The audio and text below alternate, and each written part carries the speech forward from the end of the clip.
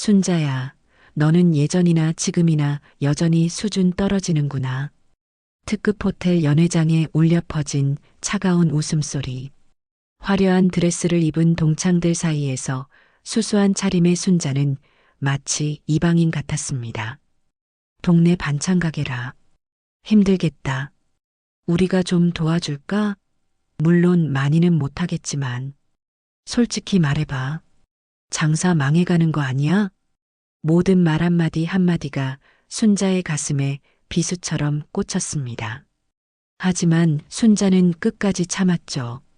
자신의 진짜 정체를 밝히지 않은 채로 말입니다. 과연 진실이 드러나는 순간 이 오만했던 동창들은 어떤 표정을 지을까요? 이야기를 시작하기 전에 구독 버튼과 좋아요 버튼을 눌러주시면 정말 큰 힘이 됩니다. 알림 설정까지 해두시면 새로운 영상이 올라올 때마다 가장 먼저 만나보실 수 있어요. 여러분의 작은 관심이 더 좋은 콘텐츠를 만드는 원동력이 됩니다. 그럼 지금부터 그 놀라운 반전의 이야기를 들려드리겠습니다. 새벽 5시, 아직 거리에 인적이 드문 시간에 박순자는 벌써 분주하게 움직이고 있었습니다. 52살의 나이가 무색할 정도로 민첩한 손놀림으로 배추김치를 다듬고 콩나물을 무치고 멸치볶음을 만들어내는 모습은 그야말로 예술이었죠. 동네 작은 골목 한편에 자리 잡은 순잔의 밑반찬 간판은 오래되어 색이 바랬지만 순자의 손에서 나오는 반찬들만큼은 늘 신선하고 정갈했습니다. 순자는 이 작은 가게를 운영한 지 벌써 15년째였습니다. 하지만 이 가게는 단순한 동네 반찬 가게가 아니었죠. 사실 순자는 전국 주요 백화점과 특급 호텔의 프리미엄 반찬을 납품하는 대형 식품 회사의 대표였습니다. 연간 매출만 100억 원이 넘는 제법 큰 회사였지만 순자는 여전히 이 작은 가게에서 직접 반찬을 만들고 손님들을 상대했습니다.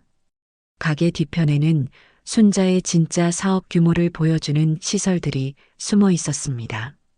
대형 냉장고와 냉동고가 여러 대 설치되어 있었고 새벽마다 롯데백화점, 신세계백화점, 신라호텔, 조선호텔로 향하는 대형 트럭들이 조용히 드나들었죠.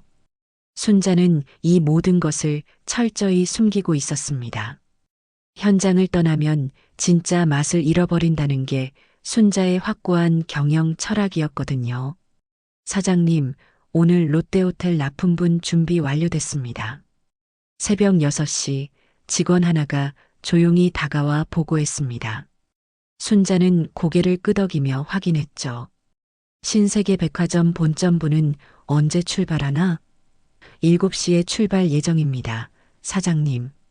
이런 대화가 오가는 동안에도 순자의 표정은 여전히 동네 반찬가게 사장님 그대로였습니다. 순자가 이렇게 소박한 생활을 고집하는 데에는 특별한 이유가 있었습니다. 매주 토요일마다 독거노인들을 찾아가 무료로 반찬을 나누어 드리는 봉사활동을 하고 있었거든요. 또한 지역 아동센터에는 매달 정기적으로 후원금을 보내고 있었습니다. 순자에게는 화려한 겉모습보다 진심으로 이웃을 돕는 것이 더 중요했습니다.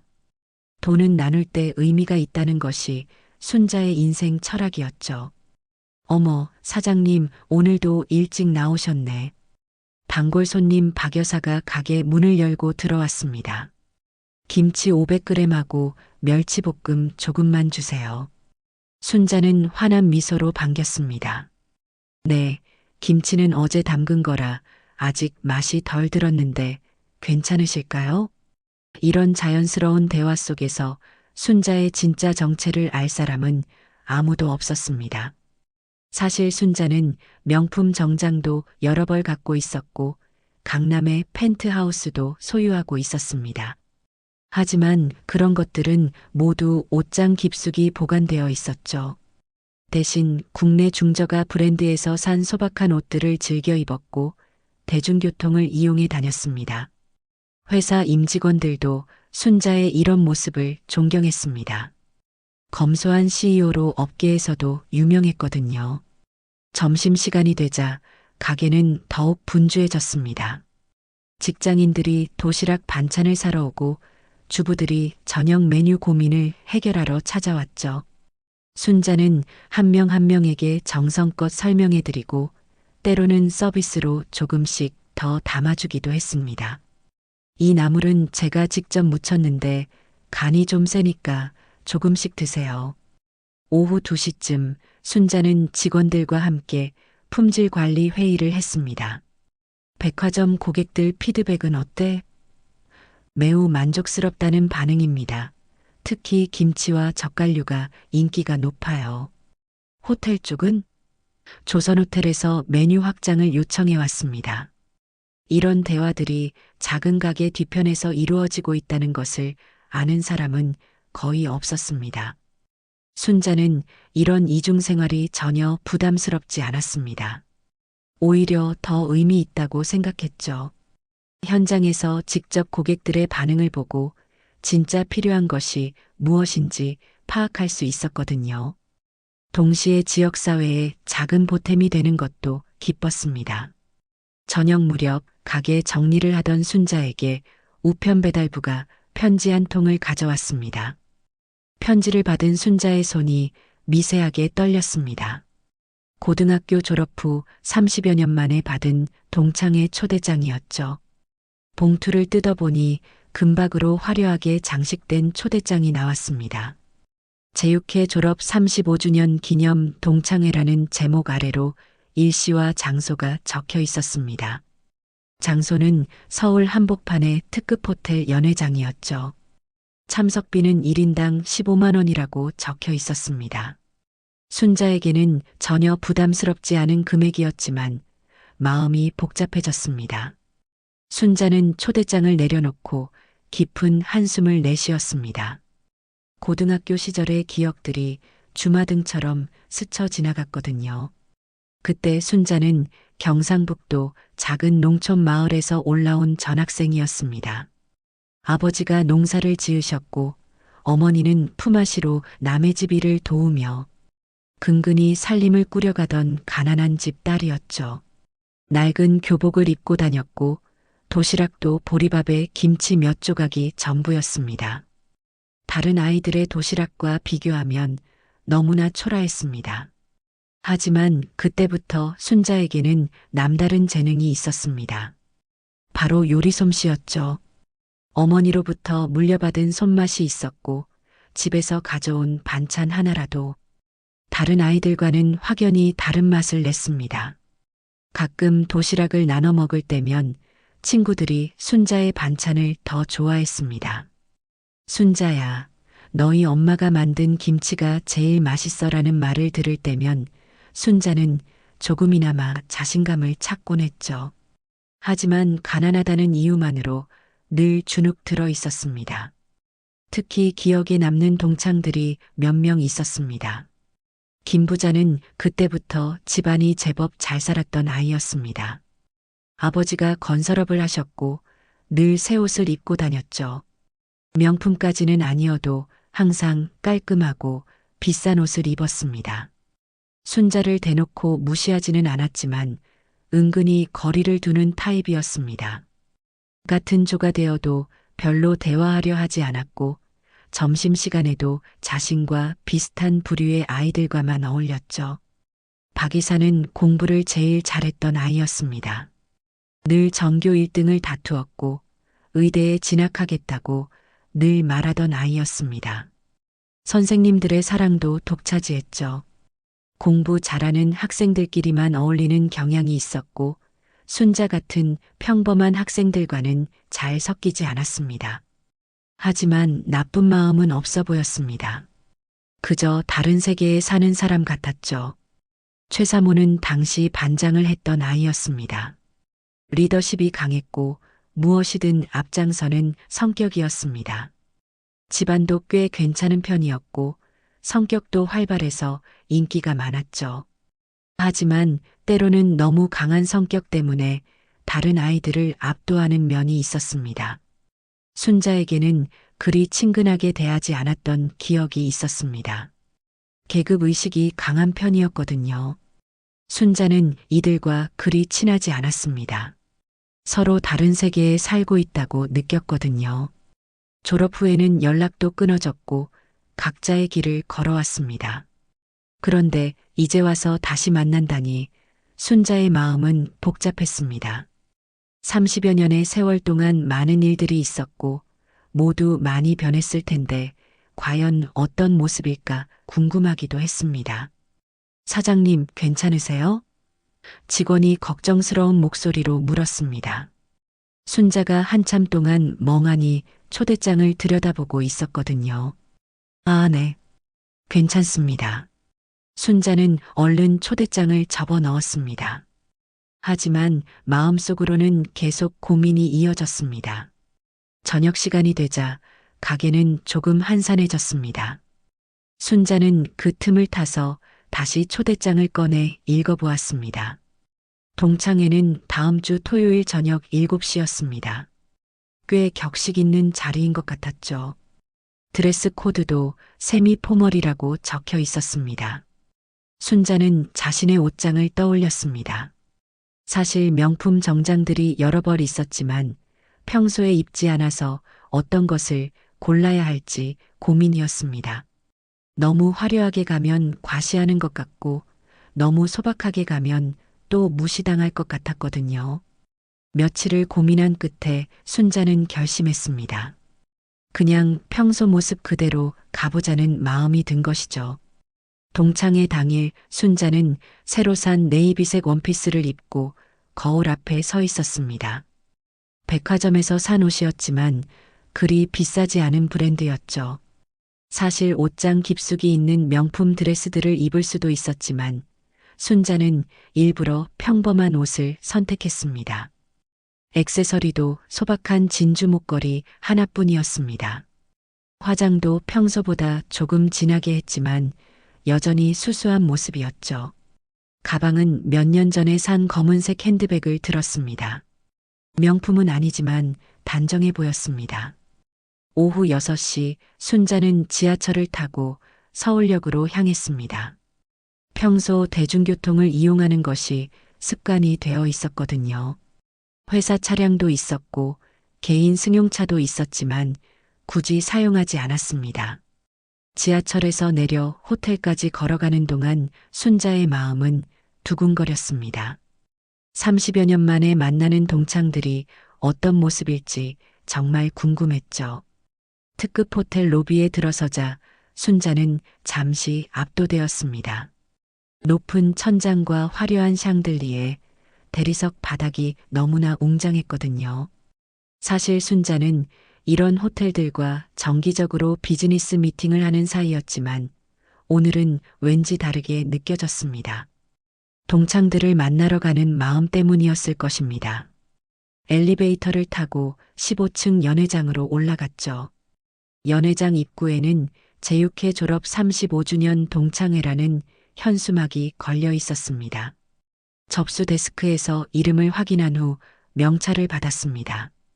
박순자라고 적힌 명찰을 가슴에 달고 연회장 안으로 들어갔죠.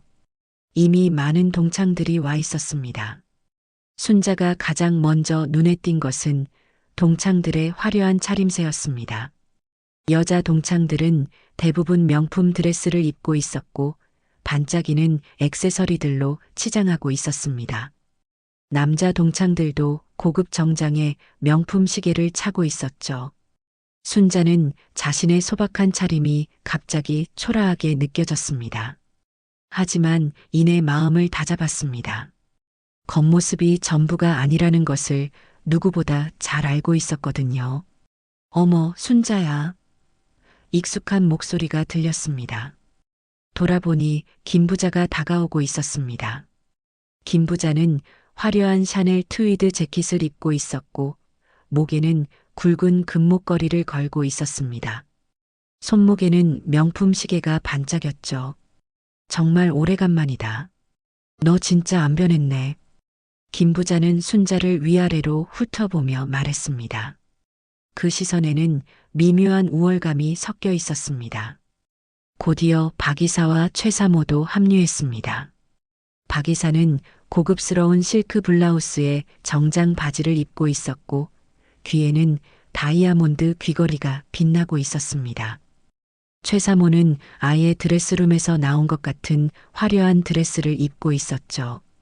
세 사람 모두 순자보다 훨씬 세련되고 값비싸 보이는 차림이었습니다. 순자야, 요즘 뭐하고 지내? 최 사모가 물었습니다. 순자는 잠시 망설이다가 담담하게 답했습니다. 동네에서 반찬 가게 하고 있어. 그 순간 세 사람의 표정이 미묘하게 변했습니다. 동정과 우월감이 섞인 복잡한 표정이었죠. 아, 그래. 요즘 자영업이 많이 힘들다던데. 김 부자가 걱정스러운 듯 말했습니다. 하지만 그 목소리에는 진짜 걱정보다는 안도감이 더 묻어 있었습니다. 자신이 더 잘 살고 있다는 확신 같은 건 말이죠. 반찬 가게라. 힘들겠다. 박 이사가 고개를 끄덕이며 말했습니다.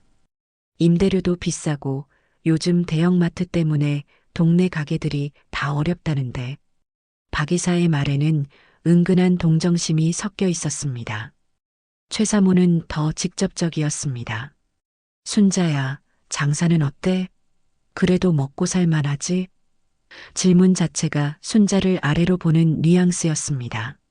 마치 가난한 친구를 걱정하는 부자의 시선 같았죠. 순자는 조용히 미소 지으며 답했습니다. 그럭저럭 지내고 있어.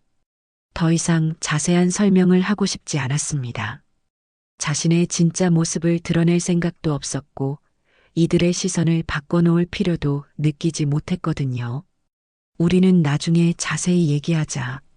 일단 다른 친구들도 인사해야지. 김 부자가 말하며 자리를 옮겼습니다. 순자는 혼자 남겨졌지만 크게 신경 쓰지 않았습니다. 오히려 편안했죠. 연회장 한쪽에서 칵테일을 마시며 순자는 동창들을 지켜봤습니다. 모두들 자신의 성공담을 자랑하느라 바빴습니다. 누구는 사업을 크게 했다. 누구는 아파트를 몇 채 샀다. 누구는 자식이 의사가 됐다는 식의 이야기들이 계속 이어졌습니다. 본격적인 식사가 시작되자 동창들은 원형 테이블에 둘러앉았습니다. 순자는 자연스럽게 구석자리에 앉게 되었죠. 마치 학창시절의 서열이 그대로 재현되는 것 같았습니다. 웨이터들이 고급 요리들을 차례로 가져다 놓기 시작했고 와인도 함께 나왔습니다. 순자는 이 호텔의 메뉴 개발에 자신의 반찬이 사용된다는 사실을 알고 있었지만 굳이 말하지 않았습니다. 김 부자가 가장 먼저 말문을 열었습니다. 얘들아, 우리 각자 근황 얘기 좀 해보자. 30년 만에 만났는데 서로 뭐라고 사는지 궁금하잖아. 그러더니 자신부터 시작했죠. 나는 부동산 투자로 좀 재미를 봤어. 강남 아파트 세 채 갖고 있는데 임대 수익만으로도 한 달에 1,000만 원 정도 나와. 요즘 부동산이 워낙 좋잖아. 작년에 한 채 더 샀는데 벌써 몇 억 올랐어. 다른 동창들이 감탄사를 내뱉었습니다. 와, 정말 대단하다. 강남 아파트 세 채라니. 김 부자는 만족스러운 표정으로 손목에 롤렉스 시계를 만지작거렸습니다. 투자 안목이 좀 있나 봐. 그래도 운이 좋았지 뭐. 이번에는 박 이사 차례였습니다. 나는 남편이 강남에서 내과 의원 운영해. 환자들이 워낙 많이 와서 바쁘긴 하지만 수입은 정말 괜찮아. 작년에 분원도 하나 더 냈거든.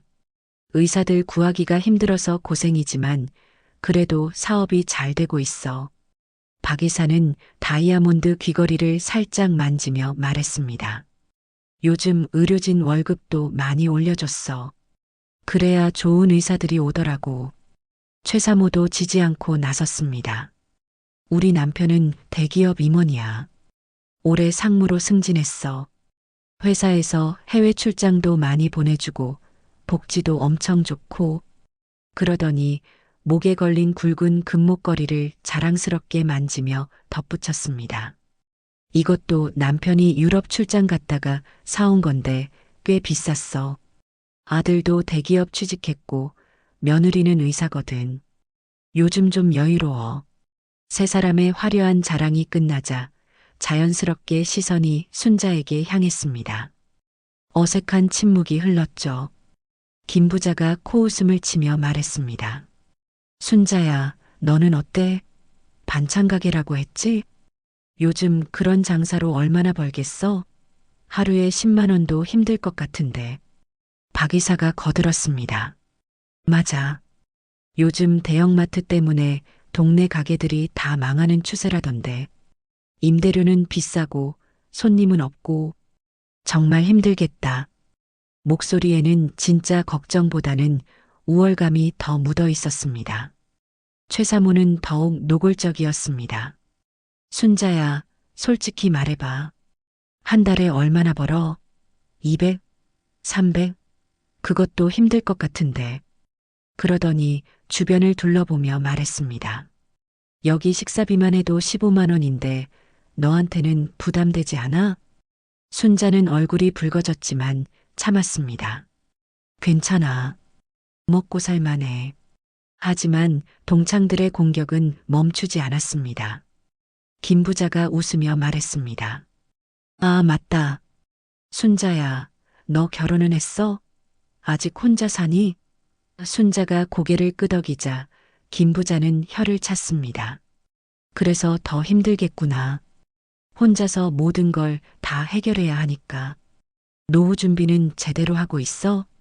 박 이사가 동정어린 표정으로 말했습니다. 순자야, 우리가 뭐 도울 일 없을까? 반찬 좀 주문해 줄까? 물론 많이는 못하겠지만 마치 자선 사업을 하는 것처럼 말했습니다. 우리 병원 구내식당에서 쓸 수도 있고. 최 사모는 가방에서 지갑을 꺼내며 말했습니다. 순자야, 미안하지만 오늘 식사비는 우리가 낼게. 너한테는 부담스러울 것 같아서. 우리끼리인데 뭐. 다른 동창들도 고개를 끄덕였습니다. 맞아. 우리가 좀 잘 살게 됐으니까 이런 건 우리가 해야지. 순자의 자존심이 완전히 무너졌습니다. 마치 자신을 동정받아야 할 불쌍한 사람으로 취급하고 있다는 느낌이었거든요.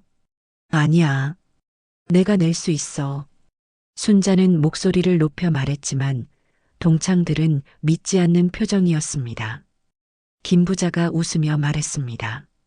순자야, 괜한 자존심 부리지 마.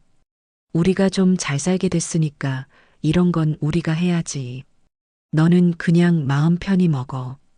완전히 위에서 아래로 내려다보는 말투였습니다. 박 이사도 거들었습니다. 맞아. 순자야, 우리끼리인데 뭘 그렇게 따져. 다음에 내가 여유 생기면 그때 사주면 되잖아.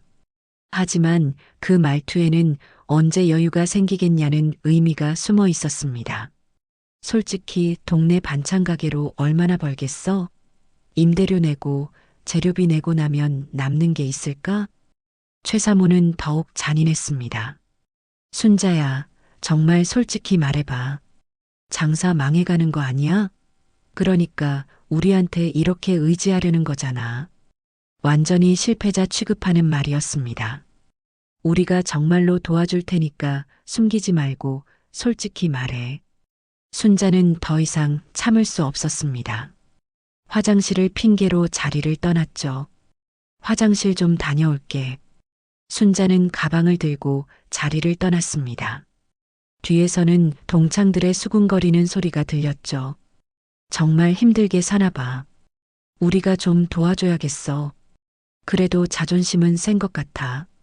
화장실에서 돌아온 순자는 거울 앞에서 한참을 서 있었습니다. 붉어진 얼굴을 찬물로 식히고 마음을 가라앉히려 애썼죠. 30여 년 전의 상처가 다시 도져오는 것 같았습니다. 하지만 순자는 끝까지 버텨보기로 마음먹었습니다. 이대로 도망가면 안 된다는 생각이 들었거든요. 테이블로 돌아오자 동창들은 여전히 수군거리고 있었습니다. 순자가 앉자 갑자기 조용해졌죠. 어색한 침묵이 흘렀습니다. 김 부자가 먼저 입을 열었습니다. 순자야, 괜찮아? 얼굴이 좀 안 좋아 보이는데. 걱정하는 척하지만 목소리에는 호기심이 더 묻어 있었습니다. 바로 그때 순자의 핸드폰이 울렸습니다. 발신자를 보니 신라호텔 식음료부 팀장이었습니다. 순자는 당황했지만 받지 않을 수 없었죠. 잠깐만. 순자는 전화를 받았습니다. 사장님, 안녕하세요. 내일 납품 예정인 김치와 젓갈류 물량 조정건으로 연락드렸습니다.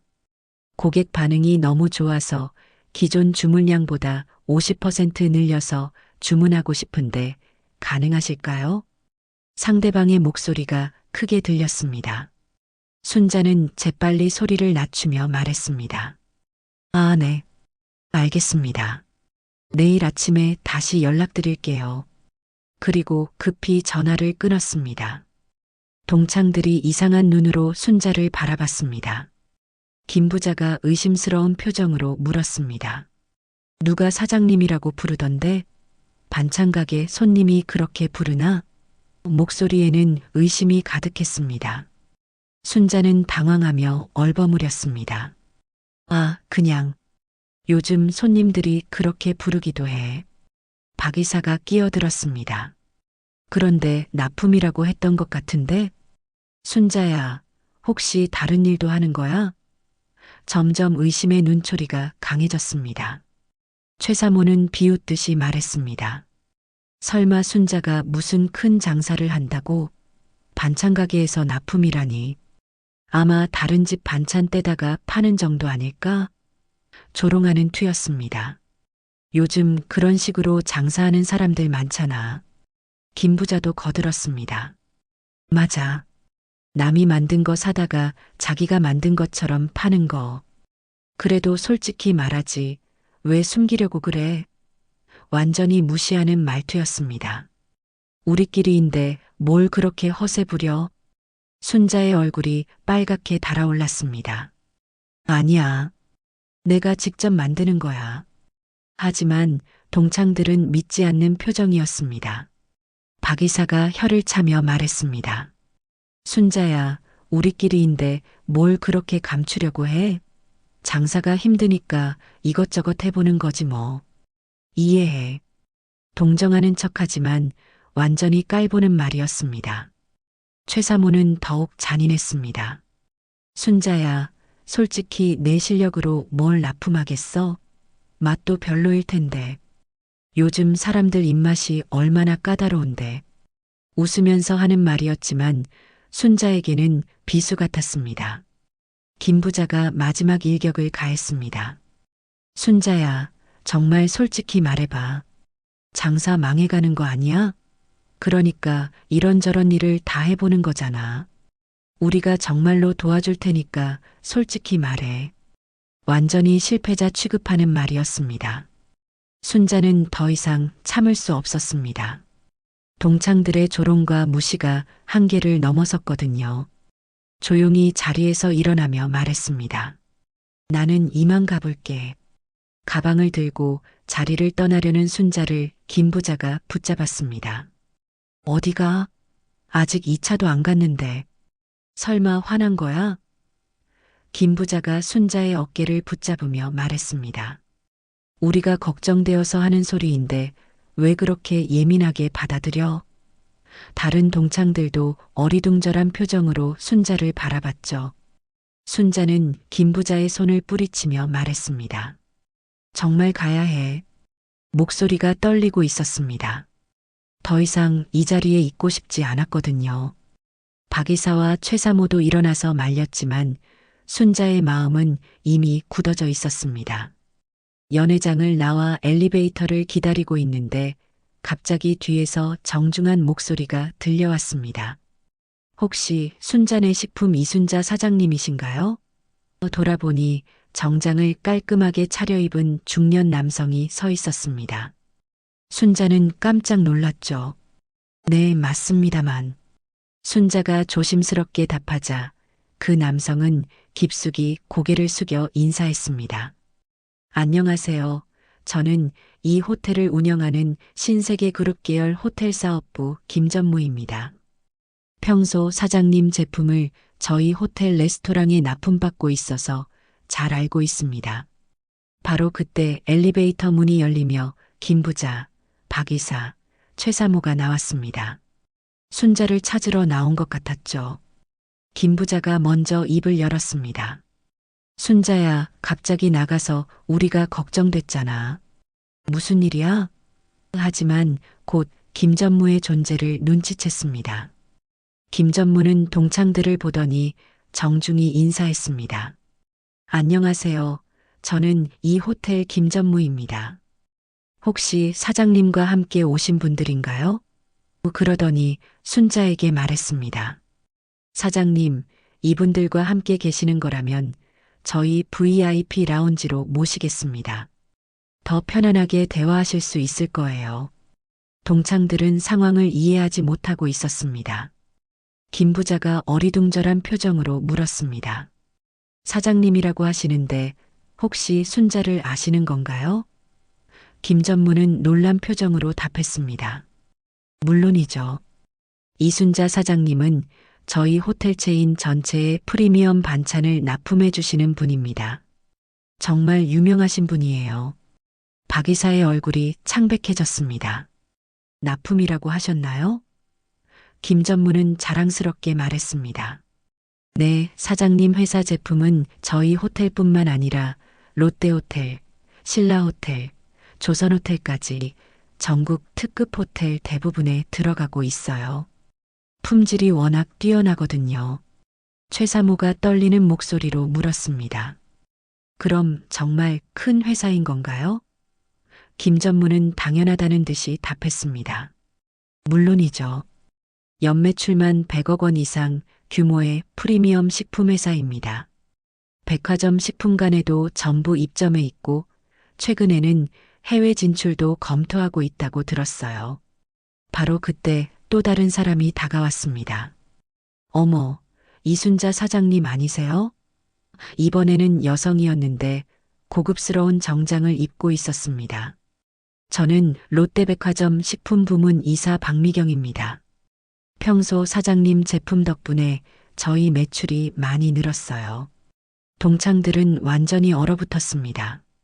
방금까지 자신들이 무시하고 조롱했던 순자가 이런 대단한 사람이었다니 믿기지 않았거든요. 김 부자는 말을 더듬으며 물었습니다. 순자야, 그럼 정말로. 하지만 끝까지 말하지 못했습니다. 이어서 신세계백화점 식품 담당 부장까지 나타났습니다. 사장님, 이런 곳에서 뵙게 되다니 반갑습니다. 다음 주 신제품 출시 관련해서 꼭 상의드리고 싶었는데 잘 됐네요. 3명의 임원들이 순자를 둘러싸고 극진히 대하는 모습에 동창들은 입을 다물지 못했습니다. 순자는 담담하게 답했습니다. 네, 반갑습니다. 하지만 저는 이만 가봐야겠어요. 내일 납품 준비해야 하거든요. 순자의 말에 새 임원들은 더욱 정중하게 인사했습니다. 사장님, 그럼 다음에 시간 되실 때 저희 호텔 신메뉴 개발 회의에 참석해 주세요. 사장님 의견이 정말 필요합니다. 김 전무가 명함을 건네며 말했습니다. 박 이사와 부장도 각자 명함을 내밀며 인사했습니다. 동창들은 그 모습을 멍하니 바라볼 뿐이었습니다. 특급 호텔 전무와 대형 백화점 이사들이 순자에게 극진히 대하는 모습을 보니 현실감이 없었거든요. 김 부자는 입을 벌린 채로 서 있었고 박 이사와 최 사모는 얼굴이 빨갛게 달아올라 있었습니다. 순자는 조용히 동창들을 바라보며 말했습니다. 그럼 나는 이만 가볼게. 오늘 만나서 반가웠어. 그리고는 당당하게 엘리베이터에 올랐습니다. 뒤에 남은 동창들은 아무 말도 하지 못한 채 서 있을 뿐이었죠. 엘리베이터 문이 닫힌 후 동창들은 한동안 말을 하지 못했습니다. 김 전무와 임원들이 떠난 후에도 여전히 충격 상태였죠. 김 부자가 먼저 입을 열었습니다. 이게 무슨 일이야? 목소리가 떨리고 있었습니다. 순자가 정말 그런 큰 회사 사장이었다고? 박 이사는 얼굴이 새하얗게 질려 있었습니다. 우리가 뭔 짓을 한 거야? 자신들의 행동을 떠올리며 말했습니다. 반찬 가게나 하는 줄 알고 그렇게 무시했는데 목소리가 점점 작아졌습니다. 최 사모는 손으로 얼굴을 가리며 말했습니다. 어떻게 이런 일이. 방금까지 자신이 순자에게 했던 말들이 떠오르니 부끄러워서 견딜 수가 없었습니다. 우리가 식사비까지 대주겠다고 했잖아. 어떻게 그런 말을 했지? 며칠 후 세 사람은 용기를 내어 순자네 반찬 가게를 찾았습니다. 겉으로 보기에는 정말 평범한 동네 가게였지만 이제는 다르게 보였죠. 가게 뒤편으로는 대형 트럭들이 드나들고 있었고 직원들이 분주하게 움직이고 있었습니다. 호텔과 백화점 납품 차량들이 줄지어 서 있는 모습을 보니 순자의 사업 규모를 실감할 수 있었습니다. 순자는 앞치마를 두르고 김치를 담그고 있었습니다. 평소와 다름없는 모습이었죠. 동창들이 들어오자 순자는 자연스럽게 인사했습니다. 어머, 어떻게 여기까지 왔어? 마치 아무 일도 없었던 것처럼 말했습니다. 김 부자가 먼저 고개를 숙였습니다. 순자야, 정말 미안해. 우리가 너무 잘못했어. 목소리가 떨리고 있었습니다. 우리가 한 말들, 정말 용서받을 수 없는 일이었어. 우리가 얼마나 어리석었는지 모르겠어. 박 이사도 눈물을 글썽이며 말했습니다. 순자야, 우리가 얼마나 무지했는지 이제야 알겠어. 겉모습만 보고 사람을 판단한 우리가 정말 부끄러워. 진심으로 후회하고 있다는 것이 목소리에서 느껴졌습니다. 내가 이렇게 대단한 사람인 줄도 모르고. 최 사모는 아예 무릎을 꿇고 말했습니다. 순자야, 제발 용서해줘. 우리가 정말 못된 짓을 했어. 친구라는 사람이 그렇게 말하면 안 되는 건데. 눈물이 뺨을 타고 흘러내렸습니다. 우리가 너무 교만했어. 돈과 겉모습에만 현혹되어서. 순자는 잠시 손을 멈추고 동창들을 바라봤습니다. 마음속으로는 복잡한 감정이 교차했죠. 분노와 서운함도 있었지만 동시에 이들도 자신의 오랜 친구라는 생각이 들었습니다. 일어나. 무릎 꿇을 일 아니야. 김 부자가 떨리는 목소리로 말했습니다. 순자야, 우리가 왜 몰랐을까? 내가 이렇게 훌륭한 사람인 줄. 순자는 고개를 저었습니다. 훌륭한 게 아니야. 그냥 내 일을 열심히 했을 뿐이야. 박 이사가 물었습니다. 그런데 왜 숨겼어? 어제 말했다면 우리가 그런 실수를 하지 않았을 텐데. 순자는 잠시 생각하더니 답했습니다. 굳이 말할 필요가 없다고 생각했어. 진짜 친구라면 내가 뭘 하든 상관없이 좋게 봐줄 거라고 생각했거든. 그 말에 동창들은 더욱 부끄러워했습니다. 순자의 말이 전곡을 찌른 것이죠. 최 사모가 고개를 떨구며 말했습니다. 우리가 정말 친구가 아니었구나. 돈과 지위로만 사람을 판단했으니까. 순자는 따뜻한 차를 끓여주며 말했습니다. 이제라도 깨달으면 되는 거 아닌가. 우리 나이가 벌써 50이 넘었는데 이제부터라도 진짜 친구가 되면 되잖아. 순자의 관대함에 동창들은 더욱 감동했습니다. 그날 이후로 동창들의 삶에는 큰 변화가 일어났습니다. 김 부자는 자신의 부동산 투자 자랑을 그만두고 대신 순자의 가게에 자주 들러 손님들에게 반찬을 권하기 시작했죠. 여기 반찬 정말 맛있어요. 사장님이 직접 만드시거든. 라며 진심으로 홍보해 주었습니다. 박 이사는 남편의 병원에 순자네 식품을 정식으로 납품받기로 했습니다. 하지만 이번에는 친구를 도와준다는 시혜적 마음이 아니라 정말 좋은 제품이기 때문이었죠. 환자식이랑 직원 식당에 쓸 건데 품질이 정말 중요하거든. 순자 제품이면 안심이야. 최 사모는 가장 큰 변화를 보였습니다.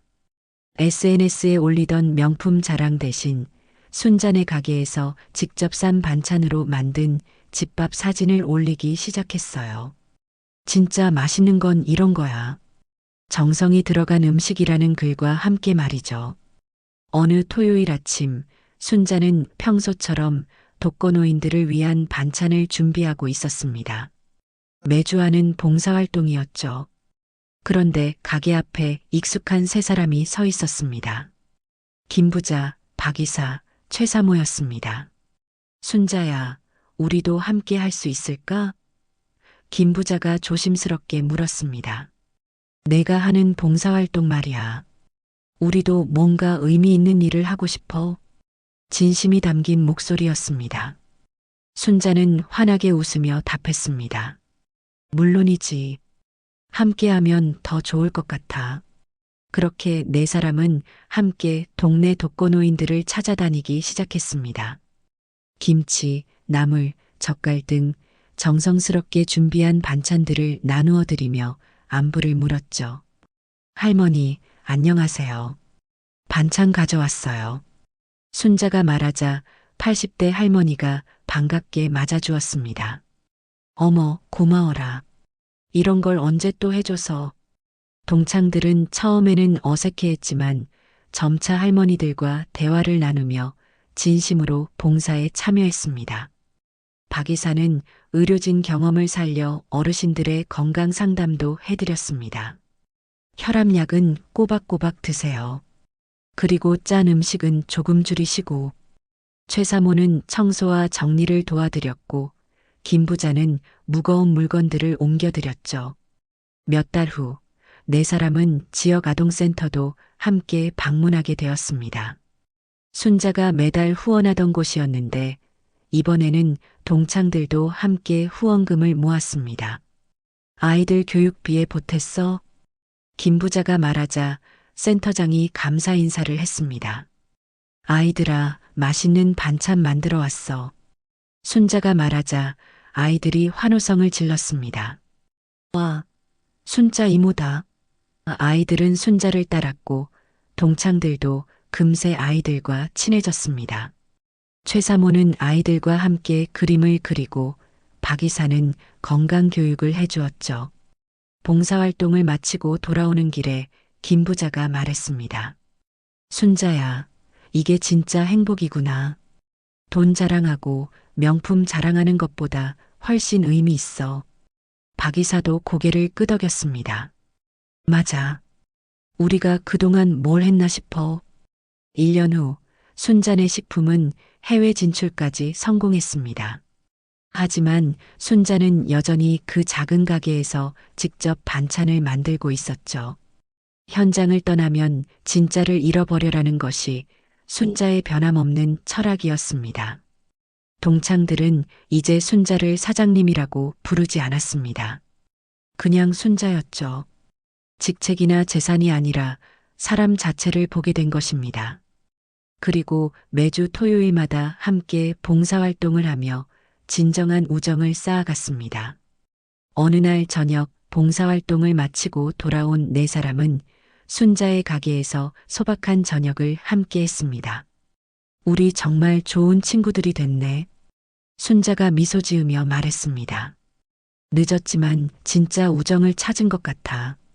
진정한 성공은 얼마나 많은 돈을 버는지, 얼마나 높은 지위에 오르는지가 아니었습니다.